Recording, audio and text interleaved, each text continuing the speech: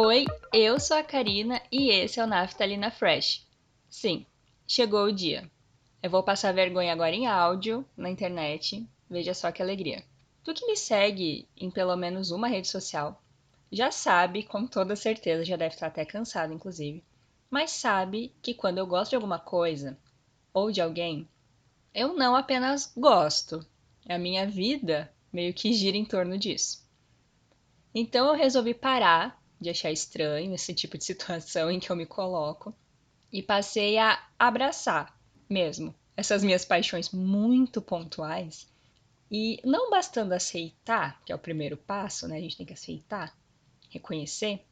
Eu resolvi falar sobre as mais recentes paixões e obsessões hoje, nesse episódio. Veja bem que bonito. Então, assim, bem-vindo a essa grande maluquice que eu decidi falar sobre com vocês hoje, tá bom? Eu tenho uma questão muito interessante dentro do tópico de obsessões, que é o fato de que, assim, mesmo sendo uma pessoa de 28 anos, eu tenho aleatoriamente muitas paixões platônicas.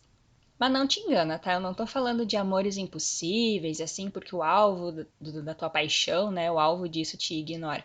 Não. A questão é mais profunda ainda, porque é sempre por pessoas famosas e que nunca, jamais, em tempo algum, vão saber da minha existência. É isso aí. Igual adolescente quando vira fã de alguma coisa e escreve aquelas fic. Pois é.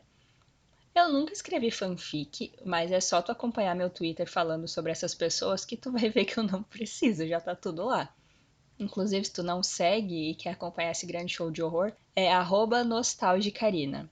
Às vezes o perfil tá fechado, às vezes ele tá aberto, é um grande nunca saberemos.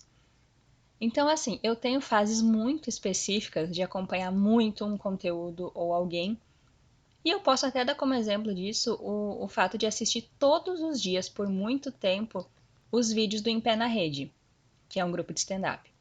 Era sempre na hora do meu almoço, no meu antigo trabalho, ou então durante os fins de semana, numa época assim que eu não estava muito boa da minha cabeça, e aí eu voltava a maratonar todos os vídeos deles o tempo todo. A minha vida era assistir vídeos dele pra ficar de boa, entende? Era muito, muito assim, o tempo inteiro.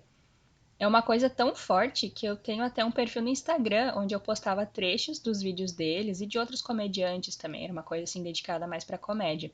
Mas eu não posto nada lá tem muitos meses, justamente porque meio que passou assim, deu uma baixada nessa obsessão muito maluca do pessoal da comédia. Mas quando vinha era enlouquecedor. Pra ver, né, até onde que eu vou quando eu fico mergulhada num tema. E eu era assim, falando em comediante, né, eu era assim com o Afonso Padilha também. Tanto que isso me levou a ver ele na primeira fila do teatro em 2019, quando ele veio aqui pra cidade. Fui sozinha, era um feriado, e comprei o ingresso na primeira fila. Eu acho que era a última poltrona que tinha, porque estava todo mundo indo em grupinhos de amigos ou em casal, não sei o quê. E sobrou aquele. Meu Deus. Aquele lugar na primeira fila. E eu comprei e fui. Olha, incrível. Eu tirei até foto com ele, assim, com a maior cara de otária, mas tirei. Tava lá toda, ai meu Deus, Afonso. Ridículo.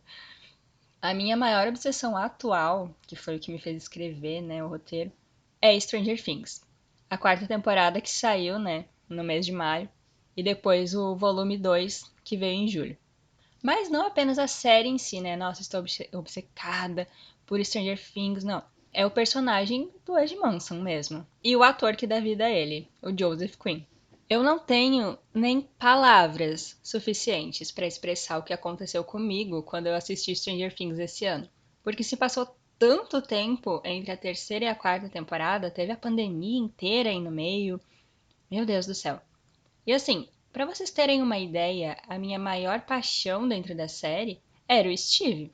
E eu continuo amando o personagem, tá? A evolução dele é cada vez melhor, a história tá muito boa e constrói muito bem o personagem. Mas aí os Duffer Brothers, que são os criadores da série, né, resolveram que seria uma boa ideia colocar o Ed nessa temporada nova. O cara é simplesmente o rei do carisma desde os primeiros segundos de tela que deram pra ele. Só que aí eu fiquei obcecada. E assim, meu irmão, não tem quem segure uma pessoa quando ela ama obsessivamente uma coisa que não faz mal pra ninguém. Acho importante eu deixar isso claro, né? Gostar muito de uma série, um personagem, um conteúdo que não tem problema, é de boa. Mas tu fazer isso na vida real, com relacionamentos reais, aí é maluquice, fica esperto, pelo amor de Deus. Eu posso ir mais longe nisso, mas não no episódio de hoje. Aqui agora eu vou comentar coisas bem pontuais do personagem, então se tu tem interesse em assistir Stranger Things, ou assim, de um jeito muito mágico e inacreditável, tu ainda não viu nada dessas informações e spoilers na internet, eu te aconselho a parar o episódio aqui e depois na edição eu aviso em que tempo que tu pode voltar, tá? Atenção agora, que vai entrar rapidamente a Karina do futuro com essa info. 11 minutos e 48 segundos, esse é o tempo. Valeu, obrigada, tchau. Eu já tava assim, totalmente Ed Lover, mas foi com a chegada do volume 2 que isso se intensificou. Porque tinha uma grande expectativa sobre o futuro do personagem, né? E principalmente aquele mistério de que música que ele ia tocar na guitarra em pleno mundo invertido. Quando começou a sair as imagens de que isso ia acontecer, eu já estava completamente doida das ideias, pensando, meu Deus do céu, eu preciso que isso venha logo. Bom, eu passei todo o período entre o fim de maio e o começo de julho, também conhecido como o mês de junho, né? Pensando em Stranger Things o tempo inteiro, querendo saber tudo o que podia acontecer. Cara, assim, eu já tava entregue e rindo no volume 2 da série, no momento em que o Ed puxou aquela fita do Iron Maiden na casa da Nancy, dizendo que aquilo era música sim, quando tava todo mundo buscando alguma coisa que tirasse ela, né, daquele transe do Vecna, que acabou o primeiro volume da temporada com ela naquele estado, né. Naquele momento eu cheguei a pensar que ele ia tocar uma música do Iron no mundo invertido, bem sinceramente. Mas eu tinha muita esperança de que a música na verdade fosse The Final Countdown, sabe? Eu já tinha lido até uma teoria da conspiração e estava enlouquecida, porque essa música é uma das músicas favoritas da minha vida. E eu achei até que ia fazer sentido pra série, afinal de contas, né? O mundo meio que estava acabando sim lá em Hawkins, né? Mas, como a gente sabe, não foi isso.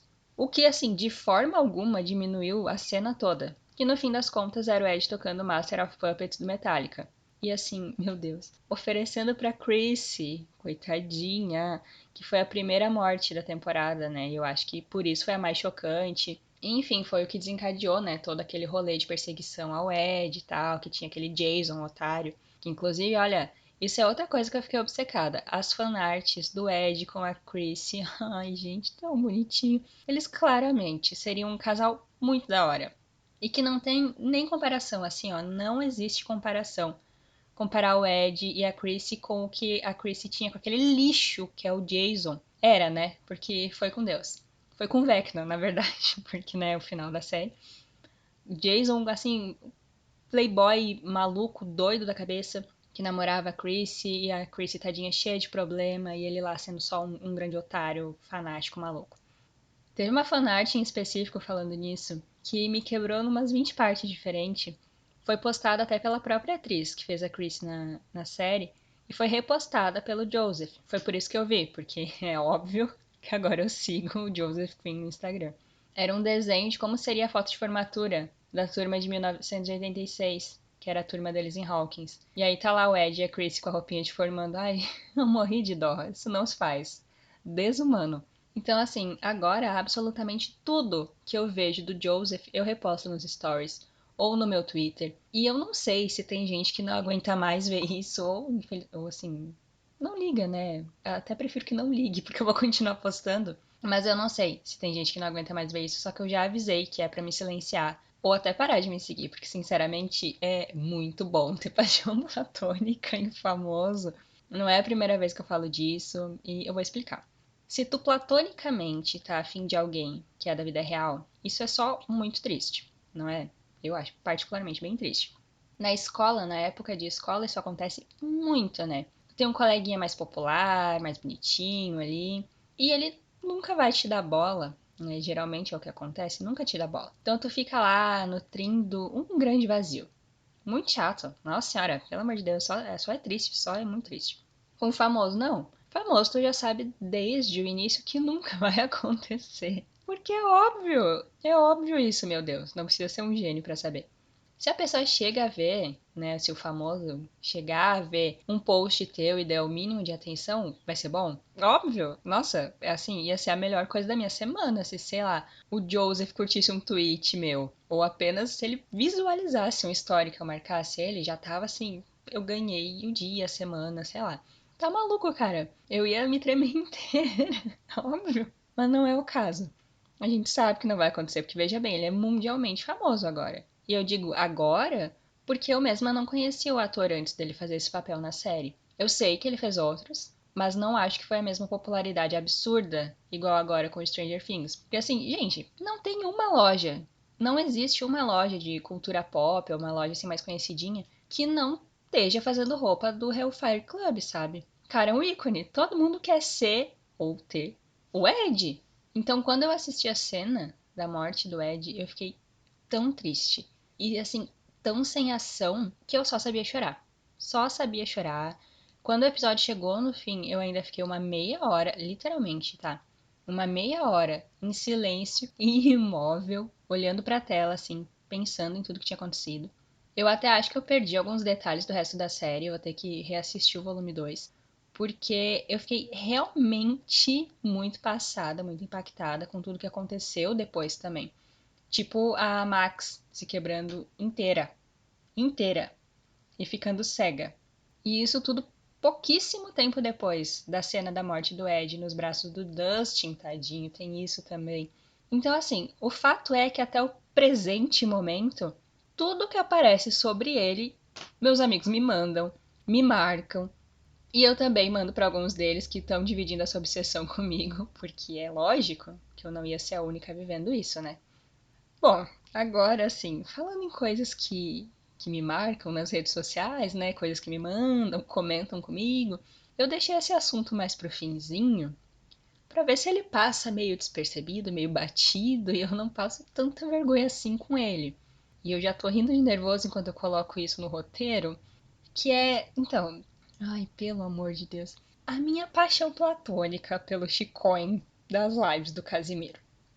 Assim, ele, Francisco Moedas, ele mesmo. Ai, cara, por que que eu permito esse tipo de situação? Enfim, eu tenho a sensação que isso começou logo nos primeiros meses desse ano, tá? Quando o Chico começou a comentar a casa junto com o Casé. Eu não sou o público das lives, definitivamente, já que a maioria começa tarde da noite e vai madrugada dentro. E eu, sinceramente, tô dormindo essa hora, então eu não vou assistir. Mas eu sou muito o público que vê o que sai no canal de cortes. E assim, o Ranier, que é o editor desse canal, ele sinceramente merece um prêmio pelo trabalho lá. Porque o menino que trabalha e coloca vídeo o tempo inteiro. Parabéns. E aí foi assim, foi vendo os vídeos de análise de casa que eu comecei a, digamos assim, me afeiçoar pela voz do Chico. Eu, inclusive, nessa frase anterior para essa que eu tô falando agora, eu fiz uma longa pausa nesse roteiro para ver outros vídeos do Casimiro com o Chicões junto. Porque assim, tava meio cansada de escrever o roteiro já, precisava me reinspirar de novo e continuar. Ai, meu Deus, e aí fui ver ele, né? Não tem jeito, fui ver. Assim, é bem assim, sabe, gente? Ridícula, igualzinho uma adolescente mesmo. Mas surtiu o efeito, tanto que eu tô aqui finalizando essa pauta, né? Isso que importa. O show tem que continuar. O Chico é uma coisa mais platônica mesmo, de paixonite bobinha, assim, de ficar olhando os vídeos e pensar, ai, Chico, tão bonitinho, a voz tão boa de escutar. Ai, meu Deus, que ódio. Por que que eu me sujeito a isso? Mas é aquilo, né? É outra situação onde a gente sabe que é bobeirada, assim. Mas o sentimento é legal, porque ninguém sofre, ninguém se machuca, né? É só platônico. Mas assim, Chico, se chegar em ti esse episódio, a minha DM está lá. Então, quando eu vejo que tem vídeo dele junto com o Casimiro, eu deixo até separado, pra ver num dia que eu tenho tempo, sabe? Tipo, fim de semana. Ou até no fim do dia, quando eu já tô descansando do expediente, que daí eu consigo ter tempo hábil para admirar tudo que precisa ser admirado ali. Momentos, momentos. Então, assim como o Joseph Quinn, né, o Ed, com o Francisco também é assim. Ele é aclamado pelas meninas. Basta ler os comentários no canal de cortes do Casimiro que assim é assim, um grande tiroteio, chega a ser covarde. Eu já tentei muito, já tentei não, eu já pensei muito em tentar mandar até umas cantadas pro Francisco via direct no Instagram, mas eu sou tão travada com isso que nem coragem e nem criatividade eu tive ainda. Ainda, olha só. Ai, meu Deus, que vergonha. Eu acho que foi um bom tema, né? Eu poderia divagar mais sobre outras obsessões minhas aqui, mas essas são as duas mais recentes e mais consistentes, até eu diria. Então eu achei que seria divertidinho para passar o tempo de vocês aí, eu comentar esse tipo de situação a que eu me submeto de vez em quando. Todo mundo tem, né? Não tem jeito. Todo mundo tem um tema que fica mais em cima, assim, que queria muito falar sobre, que fica até apaixonado. Eu queria até saber muito se isso acontece com vocês, sabe? Quais são, porque não é possível que eu seja a única completamente doida aqui. Mas por hoje vai ser isso, tá?